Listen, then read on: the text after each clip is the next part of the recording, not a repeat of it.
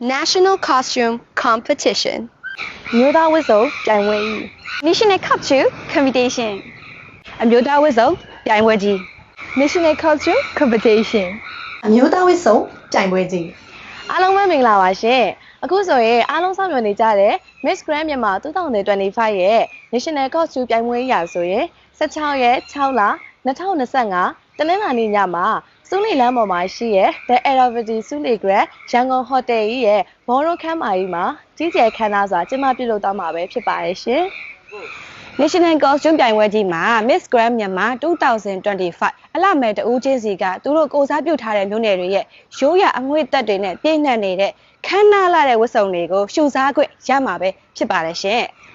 ကျမတို့ရဲ့ Miss Grand မြန်မာ2025 National Costume Competition ပြိုင်ပွဲကြီးကိုလူကြီးမင်းတို့ကိုယ်တိုင်လာရောက်အားပေးချင်နေဆိုရင်တော့လက်မှတ်များကြိုတင်ရောက်ချလျက်ရှိပါတယ်ရှင်လက်မှတ်များဝယ်ယူအားပေးချင်နေဆိုရင်တော့ Miss Grand မြန်မာ Facebook Official Page နဲ့ဖုန်းနံပါတ်09263721 631နဲ့09777383 521မှာဆက်သွယ်ဝယ်ယူအားပေးနိုင်ပါတယ်ရှင်လက်မှတ်ရည်အတွက်ကိုလည်းကန့်သက်ထားတဲ့အတွက်မြန်မြန်လေးဆက်သွယ်မှာယူမှာစိတ်ချရမယ်နော်ပွဲလာကြည့်ရဲ့သူတွေအနေနဲ့လည်းပွဲထဲမှာကိုကြိုက်နှစ်သက်တဲ့အမျိုးသားဝတ်စုံကိုကိုယ်တိုင်ပုတ်ပေးနိုင်မယ့်အခွင့်အရေးရရှိမှာဖြစ်ပါတယ် online ပေါ်ကနေကြည့်ရှုချင်တဲ့ Miss Grand မြန်မာ fan တွေလည်းစိတ်မပူပါနဲ့နော်အဲ့ဒီအတွက်သတင်းကောင်းလေးရှိပါတယ် National Costume ပြိုင်ပွဲကြီးကို Channel 9 MNTV ရုပ်သံလိုင်းနဲ့ Facebook Page Skynet application တို့ကနေလည်း direct live ထုတ်လွှင့်သွားမှာဖြစ်ပါရဲ့ရှင်Hello everyone, I'm JK Sophia, who's a representative of Miss Grand Namkham 2025. And today I have a great news for you that we would be holding our national costume competition on 16 June in Irrawaddy Hotel that is located in Suli.